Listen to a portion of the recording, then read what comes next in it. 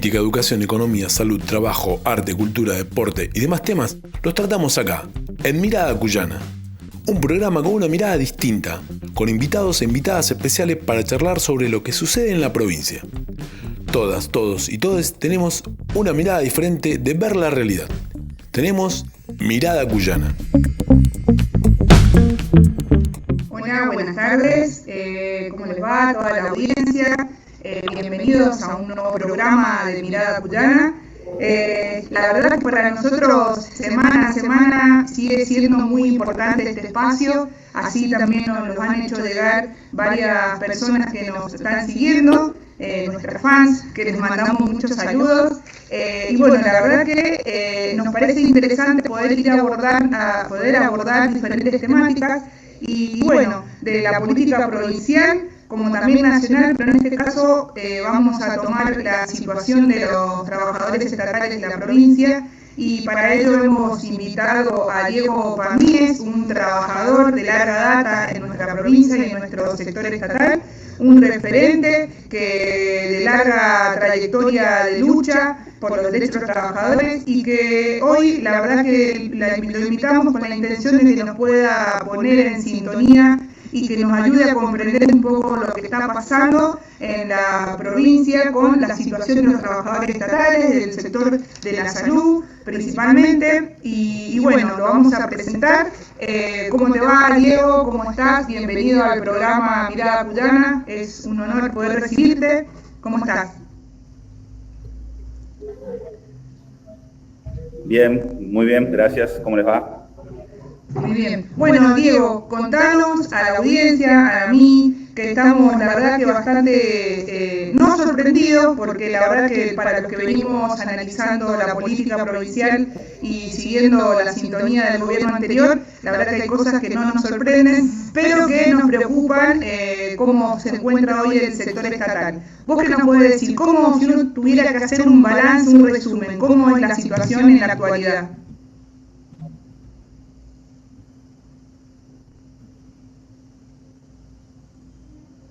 Hola. La situación es crítica. El día de hoy los estatales de Mendoza no han cobrado el aguinaldo. No hay certeza de dónde se va a poder cobrar ese aguinaldo. Si bien hay un cronograma que lanzó el gobierno de retraso, empezaría en septiembre, depende del monto, pero nada asegura que eso se vaya a efectivizar porque no hay un ámbito de negociación donde los trabajadores puedan paritar esto. Las paritarias están cerrada unilateralmente por el gobierno de Rodolfo Suárez, como así también en el sector municipal de Capital por el sobrino, por Ulpiano Suárez, que tampoco abre las paritarias. Claro. ¿Y hoy cómo están los trabajadores ante esta situación? La situación más crítica es de los trabajadores. Los trabajadores están bastante preocupados porque hay muchos que no tienen vivienda propia, que tienen que alquilar y no están pudiendo pagar el alquiler. Había mucha gente que había hecho planes con el aguinaldo y ahora que no lo tiene, se vuelve todo más difícil. En el sector de salud, por ejemplo, que hay compañeras en la primera línea enfrentando la pandemia, hay sueldos de contratados que no llegan a los 18.000 pesos. Claro. Tampoco se pudo cobrar el bono incentivo para salud en la totalidad de los centros de atención, solamente en algunos hospitales grandes cobraron, en los centros de salud no lo cobraron, en desarrollo social y deporte, que también pertenece al Ministerio de Salud, no lo han cobrado, y es crítica la situación porque ya tenemos compañeras que han sido infectadas también, lamentablemente, en el hospital Noti tenemos casos positivos, también en algunas clínicas privadas, y en otros sectores estatales también hay compañeros que están aislados, digamos, porque han tenido contacto con gente que dio positivo. Claro. Ahora, qué complicado, qué complejo se está viviendo la situación, porque ustedes vienen de una lucha ya estando en cuarentena. En las últimas semanas se viene saliendo en los medios y que ya no se aguanta más esta situación, ¿no? Sí, particularmente en el mes de junio, donde a partir del anuncio del gobernador de que iba a retrasar el pago del aguinaldo, en todos los sectores públicos se empezaron a hacer asambleas y se empezaron a confluir en diferentes medidas por abajo, digamos, entre las bases, y también por arriba las dirigencias han formado el Frente de Unidad Estatal con trabajadores docentes de la educación universitaria, judiciales, de juegos y casinos. Y todas esas medidas de fuerza que se fueron llevando adelante, digamos, movilizaciones y algunas asambleas, algunas fueron brutalmente reprimidas, tanto por el gobierno de Capital, estamos hablando de los trabajadores que habían estado en asamblea en el predio de la UCIM, en La Favorita, que fueron desalojados de ahí con gases y palos. Después los autoconvocados que hicieron una manifestación en la explanada de Casa de Gobierno, entró la policía. Yo nunca había visto esto de que entre la policía a sacarle el micrófono a un secretario general. 2 días después, el 18, hubo un paro bastante contundente de ATE y del SUTE, y el gobernador de Mendoza militarizó la explanada de Casa de Gobierno, donde se suele hacer el acto, y no dejó que los trabajadores pudieran culminar el caravanazo y la manifestación ahí. Se tuvo que hacer entre el parque cívico y la calle, un acto improvisado. Y particularmente el sábado pasado, el gobierno del municipio emboscó a los trabajadores, les dio una propuesta, una oferta por fuera de la paritaria, muy baja la oferta, pero los trabajadores se reunieron en asamblea a definir si aceptaban o no, y mientras estaban en asamblea les cayó la emboscada la represión que los desalojó del lugar donde estaban definiendo las medidas. Tenemos, según informa el secretario general de ATE, 38 compañeros que fueron detenidos desde sus casas en algunos casos, y a los secretarios generales y a la Junta que están imputados también, que los han procesado por el artículo 205, y vemos que esta arremetida punitiva y represiva del gobierno se profundiza esta semana porque modificaron el código de convivencia, el código contravencional, perdón, y ahora hay días de arresto como sanción. Entendemos que estas políticas represivas y punitivas tienen como excusa el aislamiento social preventivo y obligatorio, pero que la finalidad última es criminalizar y reprimir a los trabajadores que se manifiestan, es reprimir el derecho a la protesta.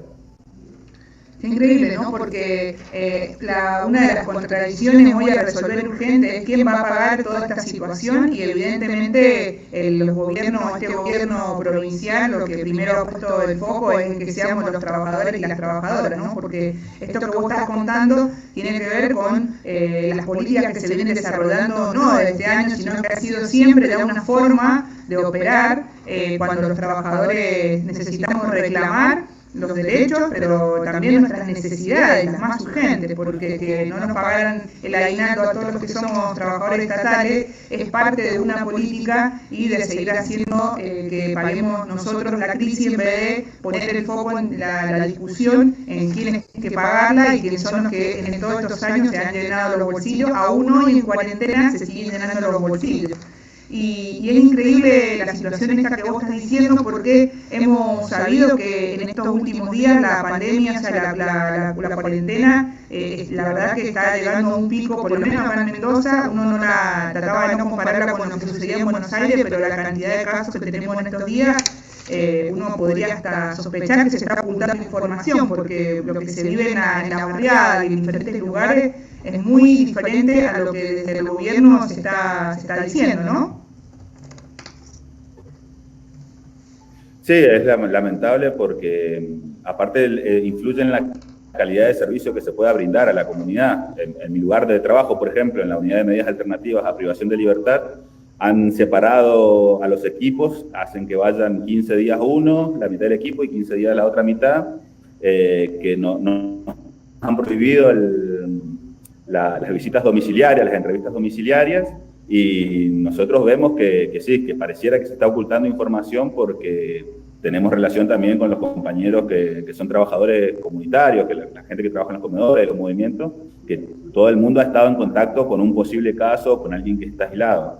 La verdad, nos preocupa bastante la situación, y vemos también que el gobierno maneja una doble vara en el tema de represión a la protesta y a las manifestaciones. Nosotros en las asambleas vamos discutiendo que el camino es el impuesto a las grandes fortunas, la estatización de la expropiación de Vicentín, porque es de ahí donde hay que sacar la plata para enfrentar a la pandemia. Sin embargo, hace 2 semanas acá hubo una manifestación en favor del rescate de los empresarios de Vicentín, con gente que no respetó el distanciamiento, que hacían manifestaciones anti-cuarentena, no usan barbijo, y sin embargo a ellos no se les aplicó el código contravencional. Digo. No estamos pidiendo que se les aplique el código, pero sí vemos que hay una doble vara, y cuando los trabajadores se manifiestan, nos imputan, nos procesan, nos golpean. Entonces nosotros entendemos que la unidad ahora es fundamental, hay que armar un frente muy amplio, más amplio. El Frente de Unidad Estatal es el avance, pero hay que resistir con todos los compañeros que están en la comunidad también. Hay trabajadores comunitarios en los movimientos sociales que se están sumando. Ayer estuvieron presentes los dirigentes de UTEP con los municipales, porque los municipales en este momento están encadenados. No les alcanza para comer, no pueden pagar el alquiler. Ayer estuvimos con ellos, con los encadenados. Los compañeros nos decían, si esto no se soluciona ahora, nos vamos a coser la boca, porque no le pueden dar de comer a los hijos. Es bastante crítica la situación. El gobierno no da ni señales de reabrir la paritaria, ni siquiera de dar un aumento por decreto a cuenta, como se hizo en otras provincias. No han cerrado las paritarias, la paritaria continúa abierta, pero hubieron aumentos a cuenta de esa paritaria, que siguen siendo pocos. Claro. Ahora, la verdad que es una situación que te lleva al límite, porque ni siquiera hoy si te llega una boleta de un servicio, un impuesto, digamos, tenés que pagarlo, y si no, el corte del servicio está, porque ya pasó el tiempo que se había dado al inicio de la cuarentena, con el espera para pagar las boletas, y ahora he visto, y bueno, nos han llegado comentarios de gente que ya está llegando los avisos de deuda, de que la situación se empieza como a complicar un poco más, y en el marco de esto, un gobierno que no toma las medidas que tiene que tomar, por ejemplo, llamándola para armar un comité de crisis, de urgencia, para sentarse en una mesa realmente que representa a los diferentes sectores populares, y la verdad que lo que vemos es esta respuesta de la represión. Contando un poco más sobre para la gente que no conoce, los compañeros que están encadenados, que vos recién decías, ¿dónde están? ¿Qué podemos hacer desde la solidaridad? ¿Qué ha dicho el gobierno en relación a esto? ¿Y a qué vamos, digamos? ¿Cuál sería la situación? El gobierno no ha dicho nada, no se ha presentado ni el gobierno provincial ni el gobierno municipal. Los compañeros están encadenados en Peatonal y San Martín, en los bancos. Hay otros compañeros que están en municipales que están también en el centro de visualización de preventores, en Las Heras y Perú, entre Perú y Belgrano.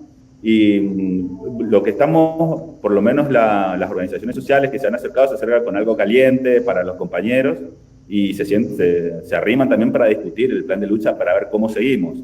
Nosotros estamos esperando que aparezca algún tipo de mediación para resolver el conflicto, porque esta situación no da para más. No queremos lamentar ninguna tragedia con algún compañero precarizado. Es grave la situación también porque el servicio público no se corta en ningún momento. Un trabajador, porque no haya cobrado el aguinaldo o porque su sueldo sea muy bajo, ha dejado de atender.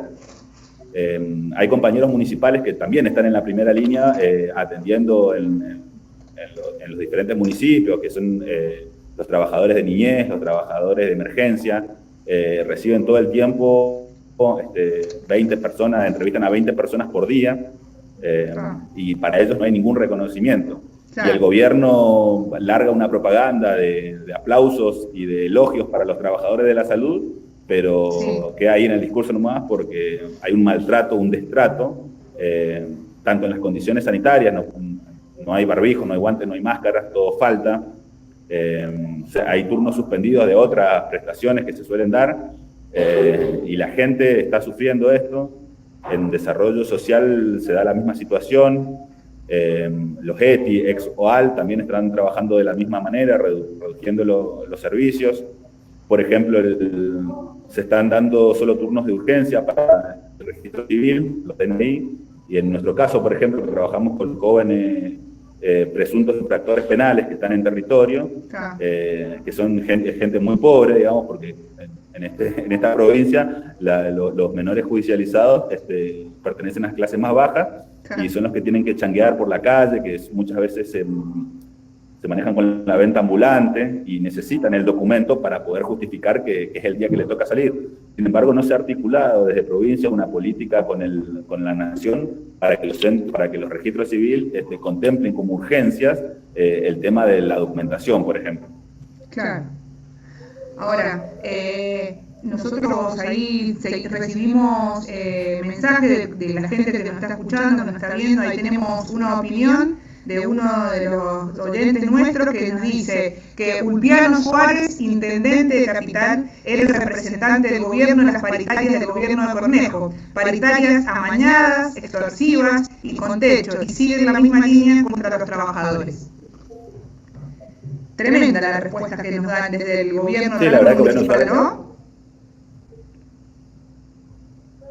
A Ulpiano Suárez lo conocimos hace 4 años cuando integró el equipo paritario de Cornejo. Y bueno, durante todo el gobierno de Cornejo, Ulpiano Suárez no dio ningún aumento que esté por encima de la canasta. Siempre fueron aumentos amañados, escalonados, y en el primer año directamente fue por decreto, ni siquiera se firmó la paritaria. Lo más avanzado que hubo fue una cláusula gatillo bastante mentirosa que no actualizaba el sueldo, porque siempre la base de cálculo era diciembre del año en que se firmó el acuerdo. Y la inflación, la DEIE, por ejemplo, la calcula mes a mes. Entonces ahí hubo una pérdida salarial de los trabajadores. De ahí lo conocemos a Ulpiano Suárez, no sabemos qué otro cargo ha tenido en el Estado, y de eso pasó a ser intendente.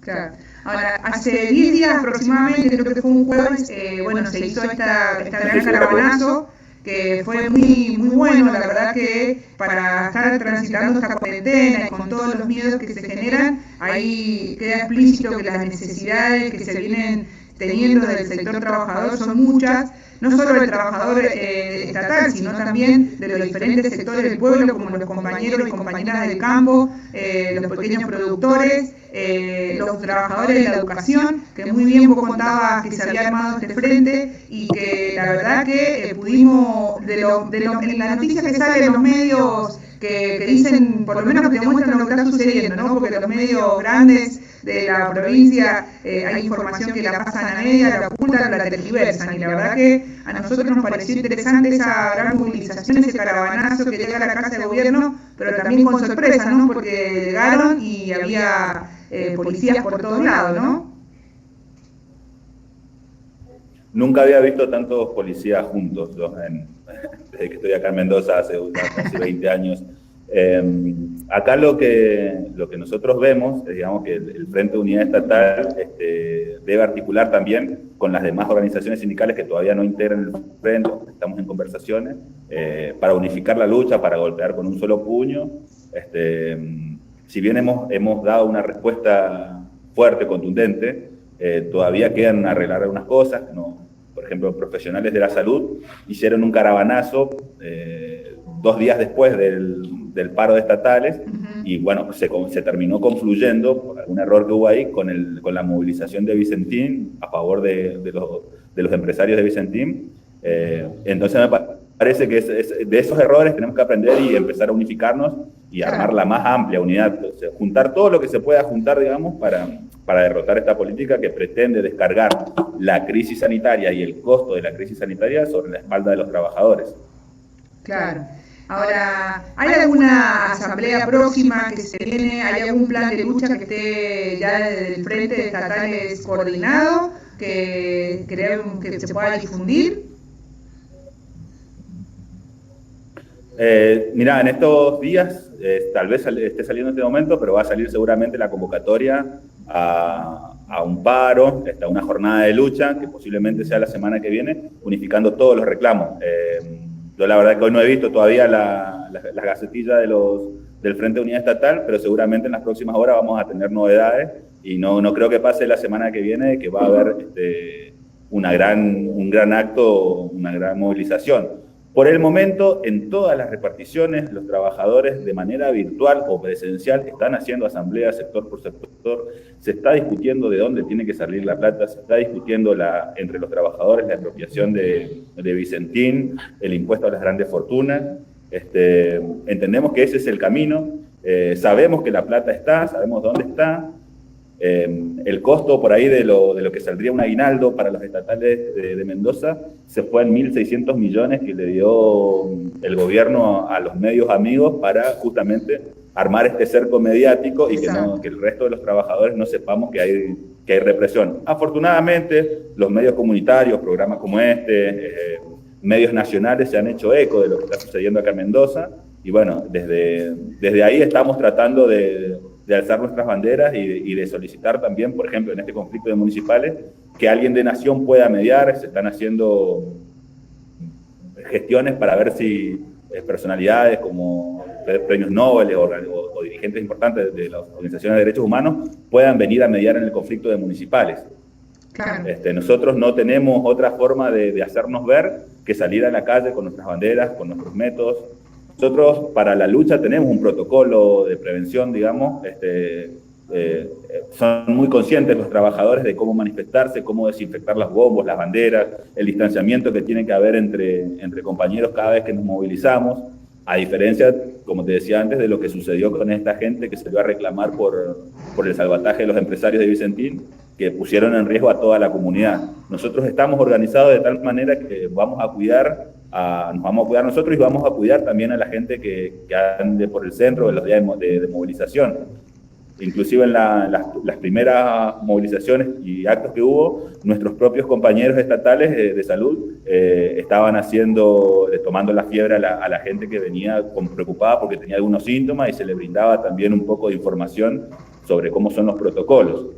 Claro. Así que bueno, nosotros en ese sentido no vamos a dejar de movilizarnos, no vamos a dejar las asambleas y entendemos que esta unidad por abajo y por arriba va a ir creciendo y que Mendoza tiene una historia, todavía las brasas de aquel mendozazo no se apagaron y esto puede desencadenar en una gran pueblada, así como lo fue el intento del gobierno de modificar la 7722. Solamente una gran pueblada popular pudo pararle la mano, sobre todo en este tiempo donde el Ejecutivo está avanzando sobre la justicia.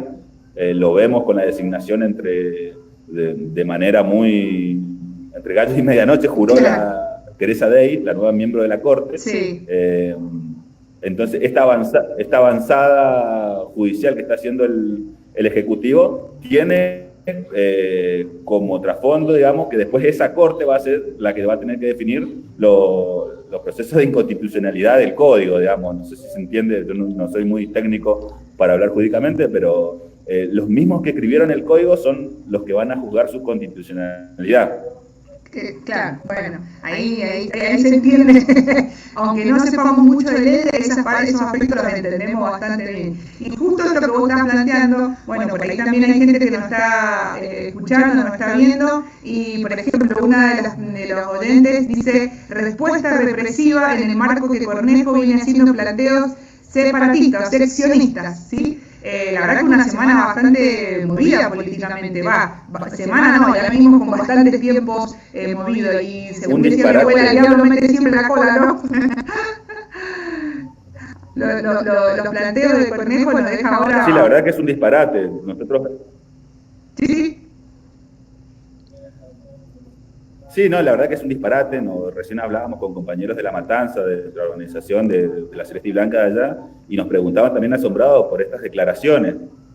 Nosotros entendemos que tiene que haber algún costo, un diputado de la Nación no puede hacer este tipo de declaraciones, conociendo un poco la historia de nuestro país y lo que nos costó, digamos, ser un país federal y republicano con toda la deficiencia que pueda tener al día de hoy, 200 años después, esta democracia, pero me parece que esas declaraciones también son funcionales a algunas potencias extranjeras que tienen intereses sobre nuestros recursos naturales, sobre nuestras áreas estratégicas y que ponen en peligro a toda la República, porque imagínate que tenemos bases militares de China, tenemos bases militares de Estados Unidos, hay proyectos de bases militares, tenemos la Patagonia con con Lewis, que tiene un aeropuerto ahí, tenemos nuestras Islas Malvinas ocupadas.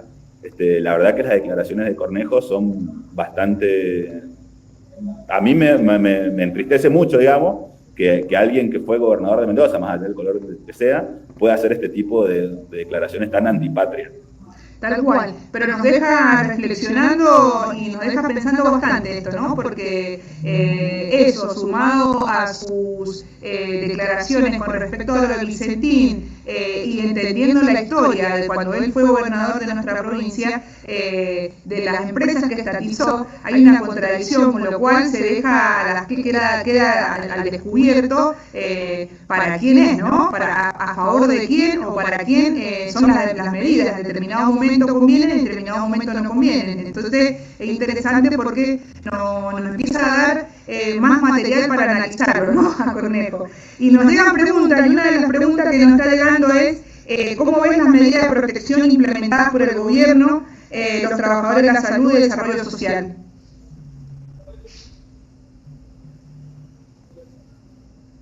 Insuficientes, totalmente insuficientes.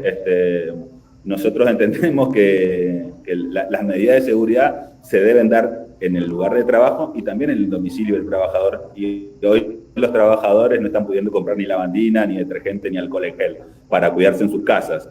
Entonces nosotros, tampoco se hizo parte a los trabajadores para armar el protocolo sanitario, o sea, siendo que somos los trabajadores los que conocemos cómo es la práctica en el territorio y en los efectores. Si bien se le reclamó, fuimos los sindicatos, digamos, o quienes tenemos alguna representación gremial, participamos de los comités que han armado las comunidades, que el gobierno no quiere llamar a un comité de crisis. Tratamos desde ahí de ponernos de acuerdo y de gestionar algún que otro protocolo, pero la verdad que las medidas del gobierno son bastante insuficientes.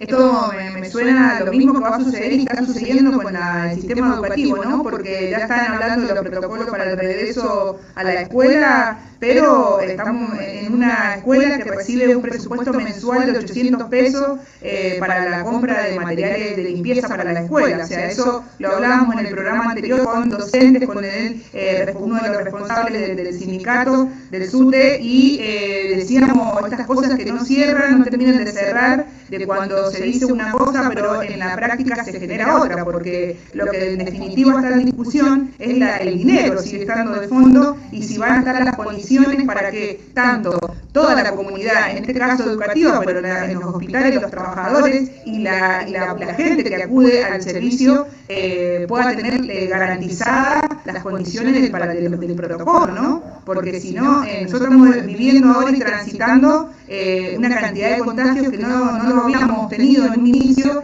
que los tenemos ahora en el marco de que se ha flexibilizado la cuarentena misma. Hoy uno sale a la calle y puede ver que hay casi un grado de naturalidad en la cotidianidad, ¿no? Y lo que genera preocupación es cómo se está viviendo en los trabajadores de la salud, que por las redes basta ver una, dos o tres personas que postean la preocupación, quienes son trabajadores de la salud, de la situación que se está viviendo adentro de los hospitales, ¿no?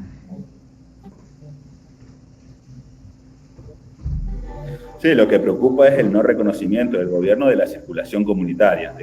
Hoy se manifestó la referente de la Secretaría de los Profesionales de la Salud, diciendo que hay transmisión comunitaria. Y digo, si lo dicen los profesionales de la salud, no entendemos por qué el gobierno no toma medidas en función de prevenir.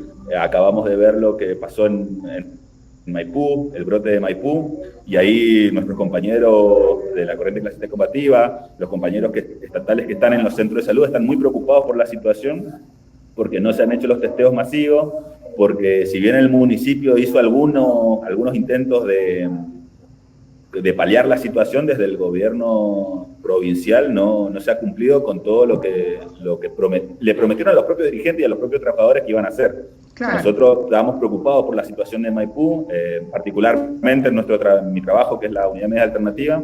Se han suspendido todas las visitas domiciliarias que haya que hacer en Maipú. Y también en el acompañamiento que nosotros hacemos a los chicos, cada tanto debemos informar al juzgado cómo le va al chico en la escuela, por ejemplo, para porque es la condición para que no esté privado de libertad. Claro. Y los chicos que reciben la tarea por el WhatsApp, a ver, no siempre tienen el mismo número, no cuentan con el aparato, y se dificulta que los chicos puedan cumplir con las tareas, y eso después repercute en el proceso judicial que puedan llegar a tener. También estamos tratando de que la Defensora Nacional pueda ver estos temas, porque bueno, si a esta pandemia, a esta cuarentena que nos cayó, nos cae en un momento donde la niñez está en peligro en Mendoza. Tenemos una ley reformada, bastante regresiva, no tenemos consejo de niñez y adolescencia en Mendoza. Hay uno que es medio trucho, por ahí que está con funcionarios, pero no están ni los trabajadores ni las organizaciones sociales, y tampoco tenemos defensor del niño acá en Mendoza. Se necesita con urgencia un defensor, y la nueva ley lo que hace es dejar a criterio de la bicameral si se va a crear esa figura o no. Mientras tanto, los chicos no tienen quien los defienda. La verdad que es interesante lo que vos estás planteando, porque nos amerita un programa completo. Quedás invitado para una próxima, porque hace rato que venimos evaluando esta situación en el marco de esta cuarentena y de lo que significa también el encierro, ¿no? Cuando uno habla de niñez, y en la niñez todo lo que se viene sufriendo, pero también desde la institución, desde el Estado, que no se dan garantías, la verdad que es para reflexionar y principalmente para transformar las cosas que se han venido haciendo, tal cual vos lo decías. Y bueno, mirá, nosotros para poder hacer un modo de cierre, una opinión sobre a qué vamos, a modo de balance, que vos le puedas contar a las personas que nos están escuchando, que nos están viendo, en cuanto a la situación de los trabajadores de la salud. Ha sido muy bueno lo que vos has planteado, muy interesante. Queda descubierto una situación similar, digamos, a la que se vive en otros sectores de los estatales, que es que seguimos haciéndonos cargo del sistema tanto educativo como sanitario, los mismos trabajadores, y nuestra salud y nuestros protocolos. Sabemos que sí nos cuidamos, pero lo que queda explícito es que el gobierno no está definiendo políticas para cuidar al trabajador en todos sus aspectos, ni desde el protocolo sanitario, ni de lo que tiene que ver con el bolsillo del trabajador. Al contrario, está demostrado que nos viene castigando si salimos a luchar, como vos lo decías, con represión. Esa es su respuesta, pero bueno, nosotros el mensaje es que nos cuidamos entre nosotros. Vos, Diego, ¿qué mensaje les querés dar a la gente que nos ha escuchado, que ha podido escuchar esto que vos has contado, y que le vamos a seguir muy de cerca?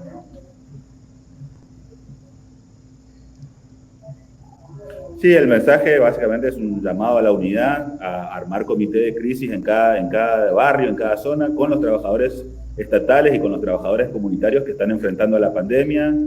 La iniciativa no va a venir del gobierno, al gobierno no le importa que la gente pobre se contagie, se infecte. Entonces debemos ser nosotros los que tenemos que, junto a todas las organizaciones de comunidad, las iglesias, los pastores, los curas, todos, armar los comités y empezar a definir qué tipo de estrategia nos vamos a dar, tanto como para prevenir la enfermedad, como para ver si le arrancamos la plata al gobierno, que sabemos dónde está, porque sabemos que esta provincia produce plata y que se la llevan unos pocos, y que la discusión está por ahí, en cuánta plata se están llevando los 2 o 3 empresarios, o en cuánta plata se están llevando los 2 o 3 dueños de los medios de comunicación. Bueno, Diego, te agradecemos muchísimo, muchas gracias por estar, y te quedás invitado para un próximo programa, porque la verdad que nos interesa muchísimo el tema de la niñez, los derechos y las garantías, así que muchas gracias por haber estado. Gracias a ustedes, gracias. Hasta luego.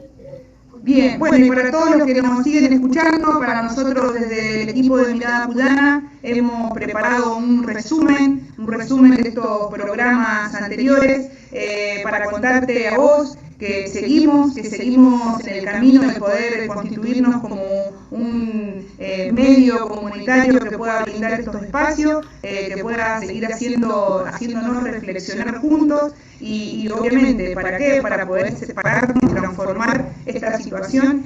Como se venía contando en este y en los programas anteriores, hay cosas que ya no las podemos seguir teniendo como están y que es necesario que protagonicemos los cambios. Te vamos a dejar con este resumen de nuestros programas. Es muy interesante porque ha sido un espacio en el que nos convoca, nos invita a la reflexión, pero una reflexión que nos permita la acción, protagonizar. Así que muchas gracias desde el equipo de Mirada Cuyana, te dejamos con este resumen, un gran resumen de muchos programas. Muchas gracias por estar. Si te perdiste los programas anteriores, hoy te traemos un resumen de los temas tratados en estos 7 programas y los increíbles invitados e invitadas que tuvimos.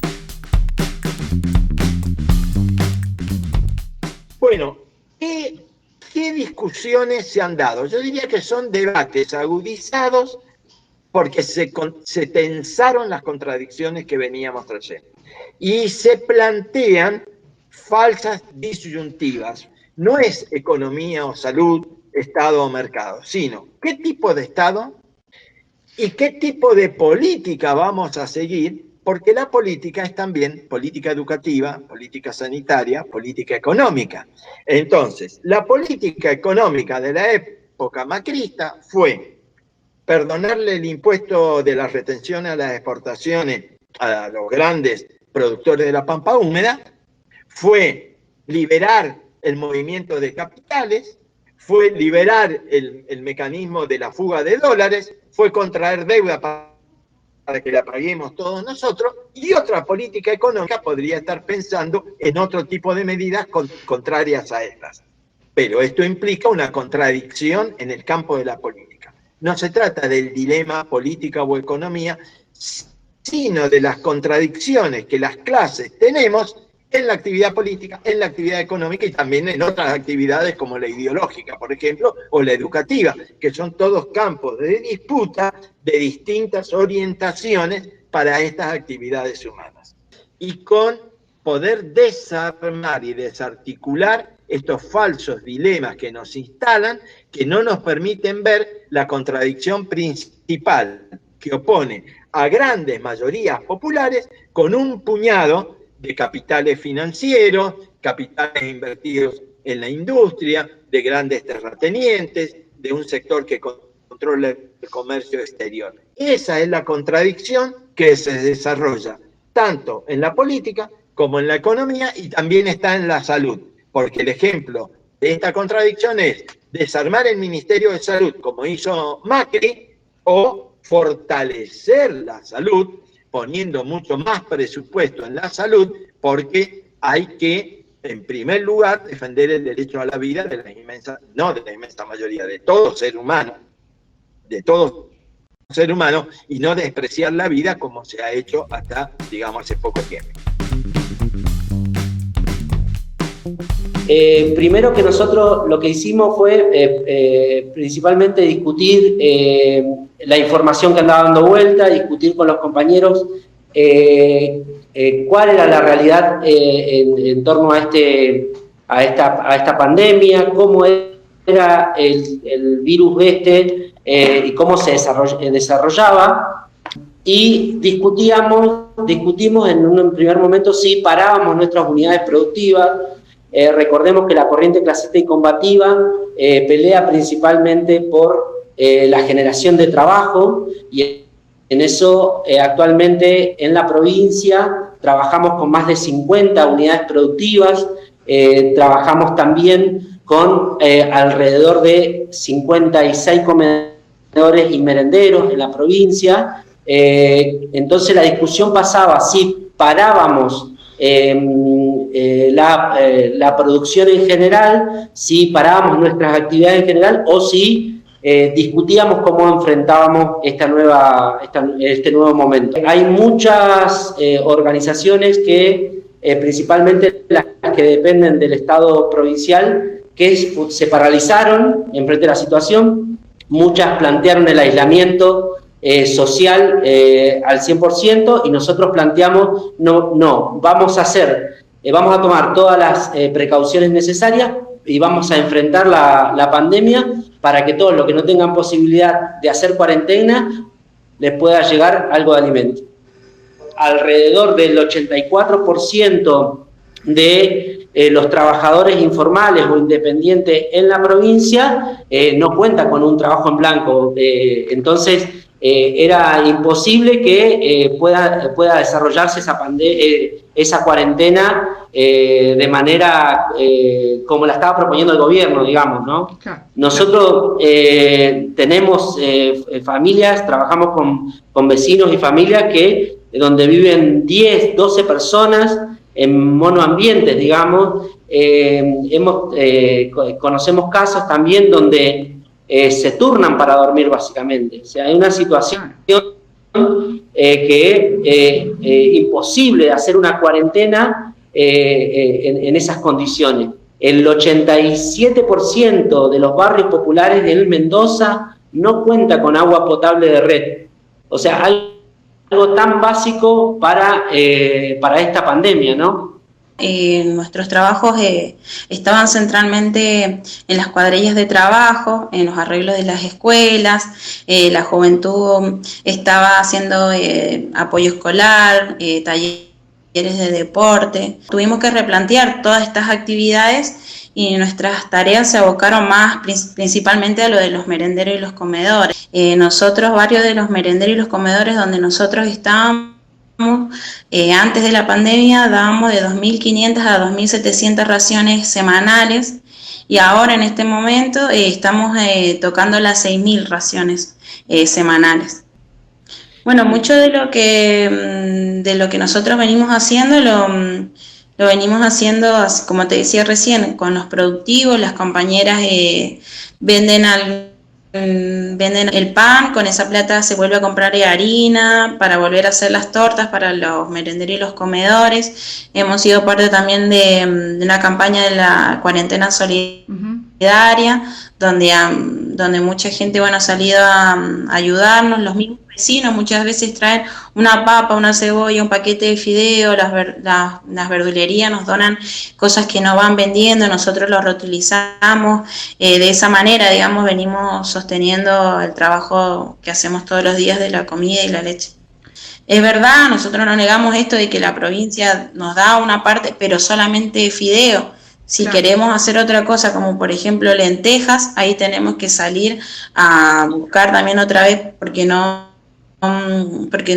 tratamos también de que la comida que llega a los lugares también sea variada. Si bien lo de la cuarentena sigue, lo que va a seguir cuando termine esto también va a ser una situación muy grave, porque va a dejar una grave desocupación, mucha desocupación, inflación, y otra vez estaremos nosotras, principalmente las mujeres, saliendo adelante para poder seguir peleando por nuestras familias, por nuestros barrios, por nuestros hijos. Bueno, nosotros cuando tenemos la suerte o las compañeras de acceder a un turno con un ginecólogo, sabiendo con lo difícil que es que nosotras tomemos la decisión de ir a tomarnos como primer plano para ir a ver nuestra salud, y los estudios de alta complejidad o estudios como una mamografía, una ecografía, la única forma es ir a un hospital público, y bueno, no tenemos acceso, muchas veces no tenemos tan simple como crédito en el teléfono para llamar una hora a un centro para que te den un turno para un estudio.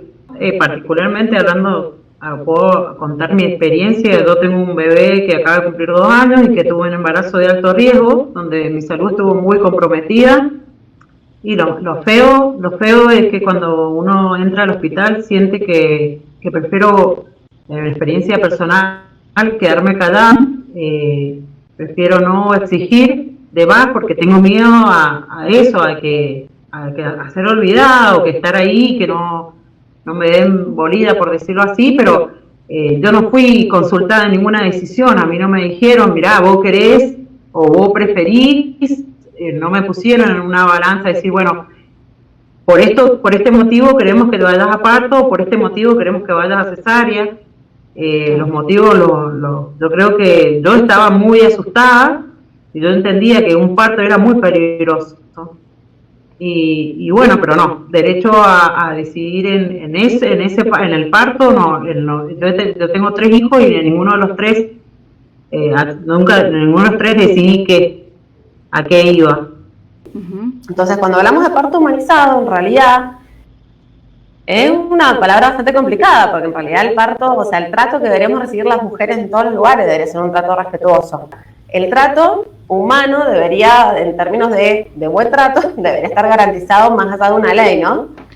Digamos que cuando no ocurre esto, cuando no se respetan los derechos de las mujeres, que tienen que ver con, ya te voy a nombrar algunos, pero cuando no ocurre esto es cuando estamos entre situaciones de violencia obstétrica, que es una de las violencias que se ejercen hacia las mujeres y que está contemplado en la Ley Nacional de Protección Integral de las Mujeres, ¿no? La 26485. El concepto de parto respetado es también que como que vayamos derribando mitos, porque por ahí cuando es como yo suelo escuchar, yo quiero tener un parto humanizado, yo no, y en realidad la ley, o sea, lo que está estableciendo la ley de parto respetado es justamente el derecho a poder decidir, ser protagonistas de ese momento, tiene que ver con el protagonismo, con la autonomía, con la posibilidad de, en la medida de estar informada, tomar decisiones, y que el personal de la salud está atendiéndonos, si vamos a una institución, sea un personal que nos acompañe en el proceso, ¿sí? Que nos acompaña y que en la medida en que una necesidad, ¿sí? Como alguna patología, como está contada con su proceso, ¿no? Si hay alguna patología que no puede, que tiene que ser tratada, digamos, ¿no? El personal de la salud está para justamente acompañarnos en esto, ¿sí? Yo trabajo también en el hospital, así que yo también soy personal, en este caso, de la salud, y estamos para eso, para acompañar a las mujeres. El término salud, como lo tomamos de la Organización Mundial de la Salud, es no solo la ausencia de enfermedad, sino que tiene 3 aspectos, digamos, es social, es física y es psicológica. Y como entendemos también que todo embarazo implica un riesgo físico, o sea, por la condición del embarazo, por todo lo que eso implica, digamos, o sea, hay mujeres que no están dispuestas a llevar a cabo un embarazo por no asumir ese riesgo, digamos, por el impacto psíquico que también ha sido muy invisibilizado históricamente, claro, digamos, en relación al proceso de parto, embarazo y puerperio, y por las condiciones sociales en las que vivimos, que todos sabemos que la distribución de los recursos es desigual, o sea, de los recursos y del poder, ¿no? Claro. Entonces, a partir de esto es que hace 2 años, desde que empezamos, empezó, digamos, a visibilizarse esta cuestión de la ola, cuando se planteó el proyecto en el Congreso, sí, se empieza a construir una red de profesionales por el derecho a decidir que ha venido trabajando duro, pero sin salir del todo de la clandestinidad, digamos. Claro. O sea, la campaña existe también porque hemos acompañado, tratado de acompañar a las mujeres para que no se pongan en riesgo, porque cuando una mujer quiere interrumpir, va a interrumpir de cualquier manera, y esto lo sabemos, digamos, quienes venimos hace mucho en estas prácticas. Entonces, esto se ha modificado con el tiempo y hemos podido, desde el Estado, dar respuestas a través, por un lado, de la red de profesionales por el derecho a decidir, y por otro lado, de alguna u otra manera, con avances y retrocesos desde salud sexual y reproductiva, digamos. El movimiento de Ni Una Menos surge o irrumpe en el 2015, hace 5 años, producto de una seguidilla de cuestiones de violencia que veníamos sufriendo. Mira, en el 2008, lamentablemente tenemos que ir a estadísticas, pero moría una mujer cada 40 horas. En el 14, una cada 30. Y en esos 7 años mataron a 1.808 mujeres, dejaron 1.500 niñas y niñas en orfandad. Nosotras empezamos a organizarnos y cada 3 de junio, me acuerdo que en ese momento el primer cartel lo hicimos en el ex Banco Hipotecario, donde discutimos cada consigna, dimos un día entero discutiendo las consignas. La más peleada fue: la responsabilidad es del Estado. Esa es más o menos el origen. Y para comparar, en pandemia tenemos una muerta cada 24 horas, que es del 20 del 3 al 1 de mayo. Ese registro es de una muerta cada 24 horas. ¿Qué quiere decir? Que se ha agudizado en general y en particular en las mujeres que tienen que convivir en esta pandemia con el agresor. Nosotras, distintas organizaciones de mujeres, partidos políticos, sindicatos y demás, empezamos a reclamar la emergencia en violencia, en ese momento decíamos doméstica, hasta que fuimos sacando de punta al lápiz, empezamos a escuchar el reclamo de organizaciones en los encuentros nacionales de mujeres allá por el 2007, 2008, y fue cada vez, digamos, haciéndose más latente sobre la base de justamente que se había recrudecido la violencia que nosotras sufríamos. Viene siendo muy importante, digamos, esas compañeras que lamentablemente no solamente tienen que ver la forma de parar la olla para poder alimentar a sus familias, sino que tienen que volver a una casa en donde están conviviendo muchas más horas de las que habitualmente convivían con su agresor. Y así como en este marco de emergencia sanitaria se entregó el IFE, también que se pueda destinar, digamos, un monto extraordinario para esas mujeres que tienen que convivir con su agresor y que muchas veces el agresor es el sostén de cada casa, ¿no? Económicamente. Y el resto de un punto muy importante ahora en el proyecto que se presentó es que es el rol de las promotoras territoriales, que creo que la mayoría de las mujeres lo venimos haciendo a lo largo de nuestra historia por el simple hecho de ser empáticas y solidarias y sororas. Nosotras desde la campaña, bueno, se largó esto del voluntariado a nivel nacional y lo hemos tomado, pero la realidad es que las mujeres, simplemente por ser sororas, lo venimos, o en algún momento lo hicimos, ¿no? Esto de acompañar a alguna mujer conocida. Por eso es importante que en este proyecto se reconozca ese trabajo que venimos haciendo hace un montón y que sea reconocido institucional y económicamente para las promotoras. Bueno, decía, básicamente un contexto de crisis mundial que nacionalmente se toma bien a tiempo, que salva vidas humanas, que saludamos esas medidas y el debate necesario es quién va a pagar el costo de todas esas necesidades presupuestarias para la emergencia sanitaria, alimentaria y la defensa de los puestos de trabajo, que sería la contracara o el lado negativo de ir a una cuarentena. El costo de estas medidas económicas no pueden recaer sobre los sectores asalariados y los sectores humildes de nuestra población. Esto es lo primero que hay que dejar muy en claro, por lo cual tampoco podemos caer en que lo paguen los sectores medios. Entonces, yo largo dos ideas principales. Una, plata hay, y acá al final de la charla vamos a ver que se pueden recaudar unos 80 millones de dólares extras de las medidas que nosotros estamos evaluando. Y la otra, importantísimo, es que no podemos tomar el camino del medio. El camino del medio sería, bueno, como los grandes no se podrían tocar o no se sabe bien cuánto tienen, vamos a ponerle más impuesto al sector del medio. Este es el peligro que corre en cada crisis, cuando se tensiona y no se quiere ir a fondo en ciertas medidas, que se caiga en el camino del medio. Así que acá, si queremos cubrir las necesidades de la emergencia sanitaria, de los puestos laborales y de las pymes, que no cierren pymes, vamos a tener que tener bien claro quiénes son esos sectores, que vamos a tratar de bosquejarlo el día de hoy, y no ir por el camino del medio. Me parece que lo que abre esta intervención de Vicentín es una pequeña ventanita para que tanto el Estado como la sociedad pongan la mirada en un tema que ahora vamos a dimensionar con algunos números la importancia que tiene para el país, no solo para Santa Fe. El complejo agroexportador, el que manejan las grandes multinacionales cerealeras, exporta el 55% de todo lo que sale de Argentina. Y si lo pensás en números de billetes, 2 de cada 3 dólares que entran a la Argentina entran por ahí.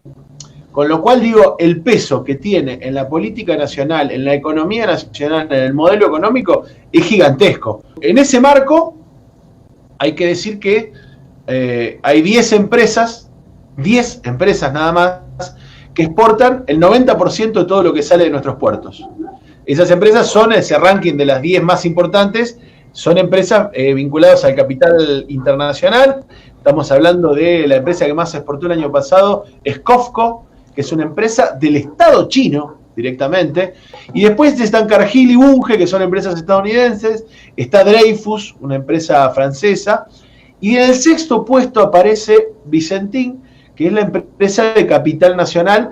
Hay solamente 3 empresas en ese top 10 de agroexportadoras que son de capital nacional, y que son de capital nacional, pero tienen una sociedad, todas con algunas otras empresas internacionales. Digo, Vicentín está en el puesto 6, después está Aceitera General Dehesa, y después está la Asociación de Cooperativas Argentinas, ACA, que es la otra nacional de ese grupo.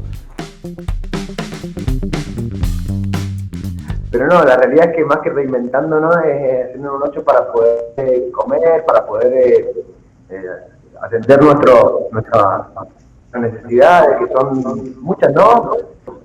Y bueno, la sensación general es que no estamos pudiendo alcanzar la canasta básica, digamos, ¿no? Han habido algunas acciones que han tendido a paliar esta situación, pero que no son suficientes. Digo, o sea, eso, de sintonía con el trabajo que estoy haciendo con los compañeros de Cultura Viva, con la comunidad de Layub de Guaymallén, ahí hemos apostado a generar un emprendimiento que es Apiri, el que lleva, y bueno, estamos movilizando productos locales. Entonces, como de alguna forma no estoy fuera del camino, estoy trabajando en sintonía con toda esa construcción del teatro comunitario. Básicamente es siguiendo el camino, sin desviarnos, con la cultura, trabajando con la cultura, las comunidades y la sociedad, pero bueno, sin poder hacer nuestro arte, que en mi caso está vinculado con el arte callejero, el teatro y el circo, digamos. Bueno, el sector de la música está tan castigado como el del teatro. Ahí lo escuchaba Martín y realmente estamos viviendo una situación muy complicada. Y más allá de que uno por ahí puede tener algunas intervenciones de manera virtual, por un lado, como decía Martín, esto nos viene bien para conectarnos con la parte virtual, con la tecnología, pero ese es el lado positivo que le vemos a la complicación general, porque la música es lo... Yo hablo de la música, pero es el arte. Es lo primero que se suspendió, que es una actividad totalmente social, y es lo último que va a volver.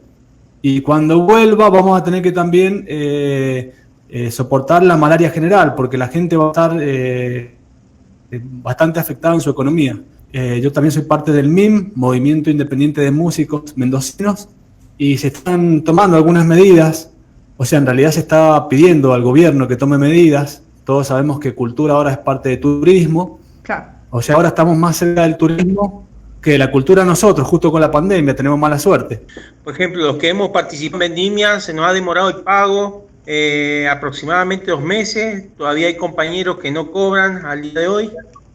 Es un problema muy grande, así que nos decidimos organizar en cuerpo de delegados, en delegados que representan a los elencos, o a los grupos o a los colectivos, y llegamos a ser alrededor de 60 delegados.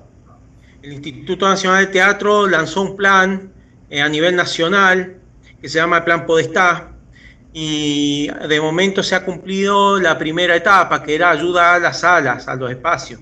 Ajá. Sin embargo, la ayuda a los elencos todavía no ocurre. habían como determinados requisitos a cumplir para implementar esta etapa y aún no los elencos beneficiados no reciben los montos correspondientes. Hemos hecho muchas acciones, muchos pedidos históricos ya, pero los reclamos históricos de nuestra asamblea siguen en pie.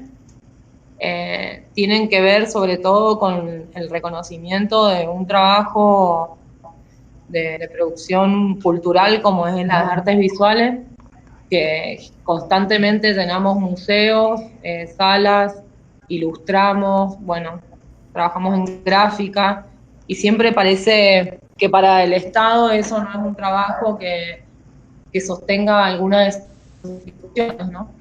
Después de lo de diciembre fue muy fuerte como las personas que fueron identificadas en las acciones de medidas populares, de presión popular por la de la 7722, los quisieron imputar a todos y de hecho hoy las personas que estaban accionando con sus títeres, con sus carteles, llegó la policía y les pidió identificación. Lo que están buscando, o sea, lo que se busca del Estado es desestabilizar por ese lado, como decir que nosotros estamos rompiendo las reglas, cuando en realidad lo que estamos haciendo es pidiendo que se declare la emergencia cultural en Mendoza. No hay políticas culturales que realmente sustenten, nos acompañen a sustentar nuestro trabajo.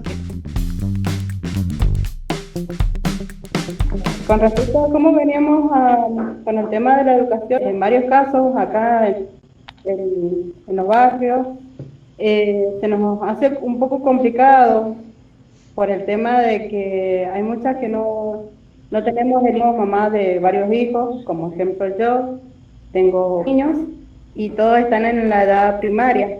A mí me ayudó muchísimo una maestra que es de la escuela, mi hijo va a la escuela de la FINUR, así que ella no me pudo, por lo menos, con él, ayudarme con el tema de las fotocopias, porque yo sí o sí tengo que sacarle fotocopias porque son 4 niños y se pelean por el teléfono para resolver o hacer las cosas, y sí o sí tuve que sacar fotocopias. Por eso mismo, ellos quieren volver a la escuela, ellos dicen, ¿cuándo se va a terminar esto?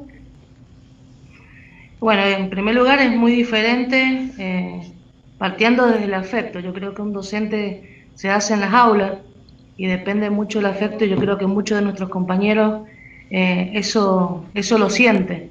Los tiempos se nos acortan, no tenemos recreo, no tenemos receso, no tenemos contacto con nuestros compañeros. Bueno, es como que se ha perdido nuestra vida cotidiana. Estamos en el caso mío, que trabajo doble turno, estoy encerrada de 8 de la mañana hasta las 6, 7 de la tarde, como recién que estoy terminando. Y por ahí uno, bueno, como que tiene ciertas contemplaciones, porque pobrecitos también están solos, hay muchos niños que los padres ya han empezado a trabajar, y hay muchos niños que en este momento, siendo muy chiquitos, están solos porque obviamente no pueden ser cuidados ni por los abuelos, ni mucho menos por una persona mayor que la cuarentena no se lo permite. Nunca tuve internet en mi casa, tuve que salir urgente a conectarme con una empresa. Realmente la conexión, se me fue medio sueldo, ¿sí? Yo soy docente inicial y no te miento, pero unos 6.500 pesos gasté el primer mes para tener internet en mi casa y con la urgencia. Porque yo creo que el Estado tendría que haber cubierto esa parte también de los docentes, de haber asegurado que cada docente tuviera el internet y los instrumentos necesarios, ¿sí? Tanto una computadora como fibrones, pizarra, sí, o sea, las herramientas justas. Yo ahí considero que debemos dar la discusión en conjunto con las comunidades escolares, que es que lo que nosotros estamos desarrollando es un tipo de educación de emergencia. Por lo cual, lo que hay que determinar es cuáles son las reglas de la educación en emergencia. Por lo cual, es el primer punto. El otro punto, una vez que uno define que lo que hace no es teletrabajo, sino que uno lo que hace es un tipo de educación de emergencia, es discutir los recursos con los que vamos a desarrollar esta educación en emergencia. Si la educación en emergencia implica la utilización de los recursos, y en eso yo quisiera unir lo de la comunidad con los trabajadores de la educación, ¿no es cierto? Porque el sistema escolar no lo hacemos solamente los trabajadores de la educación, sino que dirían los científicos, el objeto de estudio de la educación no somos los trabajadores, es el estudiante. Esa unidad entre la comunidad escolar y trabajadores de la educación, ¿sí?, necesita estos recursos para que se pueda desarrollar esta educación de emergencia. ¿Qué puedo decirle de las aulas virtuales? Que justamente si tenemos un problema de conectividad, tenemos muchos chicos que han quedado fuera del sistema. El Estado dice que trata de llegar, ¿cierto?, con cartilas. Por ejemplo, acá llegas en ciencia menos, una semana, una serie de cartillas para que se lleguen con esa material, digamos, a las casas de los alumnos. Pero los que viven en zonas rurales, estamos hablando quizás 300 kilómetros de acá de la villa cabecera de Malargüe, les llega un material que han tenido que elaborar los propios profesores. Mi hija es docente de escuela albergue, prácticamente titánica, la proeza que están haciendo esos docentes para llegar a sus alumnos. Terrible. Sin contar que la última estrategia, no sé cómo llamarla, mala estrategia del gobierno, ha afectado terriblemente el bolsillo de mis compañeros y mío, obviamente. No pagar el aguinaldo cuando estamos dependiendo de esto para poder educar, ¿no? Es grave.